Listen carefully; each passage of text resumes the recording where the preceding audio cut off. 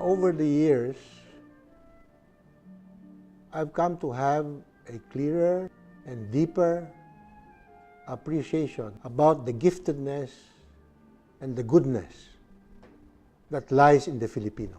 And nowhere do you see this goodness and giftedness better demonstrated and better in action than in healthcare.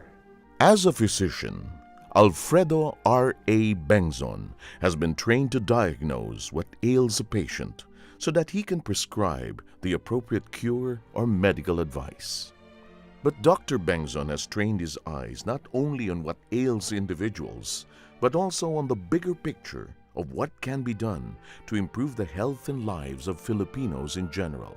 His life's work is anchored on building institutions where committed individuals can come together to work for the good of the nation. The Filipino health professional has all of the giftedness, okay, to make the health systems work. And so the question is, why is it that in our own backyard, we don't see that thing as a reality? So there is this mismatch because we don't know how to build institutions. Okay? We shape individuals to become very knowledgeable and very skillful. But skillful and knowledgeable individuals by themselves cannot lead to the translation into reality of health as an important basic human right. You require staging areas, which is what institutions are all about. In different capacities, Dr. Bengzon has sought to build and strengthen institutions of service for Filipinos. As secretary from 1986 to 1992, Dr. Bengzon worked to reform and reinvigorate the Department of Health. Under his watch, the Philippine National Drug Policy and the Generics Law were vigorously implemented. But Dr. Bengzon's service was not limited to health. He was also appointed Peace Commissioner and Vice Chair of the negotiating panel of the President's Committee on the U.S. Military Facilities. After his stint in government, Dr. Bengzon returned to the medical profession at the Medical City. But in his heart, he knew that it was time to build anew. One of the things that I understood as a result of my exposure in the public sector was that the Filipino attitude about government needed to be revised. You know, most Filipinos think that government is not something you want to get into. And so I thought that perhaps we ought to change our attitude toward government. And so I went to see Father Bernas, who was then president, and suggest that my beloved university, the Ateneo, should perhaps consider having a presence in this sector called government. In 1993, Father Nebres asked me if I was still interested in pursuing that project, and I said yes. As Dean of the Ateneo Graduate School of Business and Vice President for the Professional Schools, Dr. Bengzon emphasized to the community that the entire country was its business and its commitment was to nation building.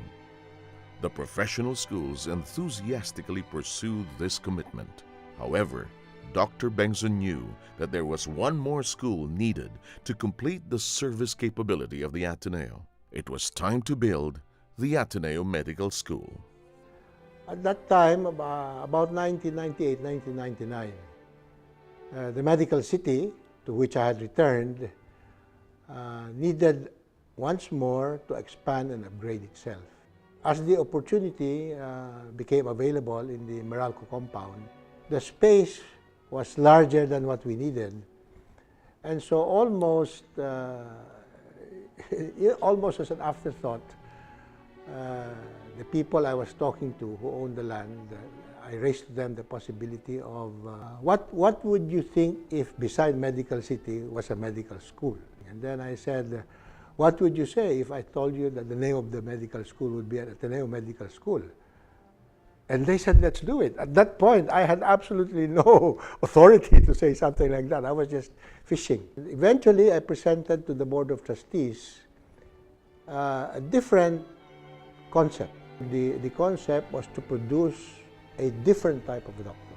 A doctor who would be a leader, who would help develop a new way of thinking and feeling and acting on health. The Ateneo School of Medicine and Public Health is now a reality and will soon graduate its first batch of Ateneo doctors. But for Dr. Bengzon, the task of building is far from over.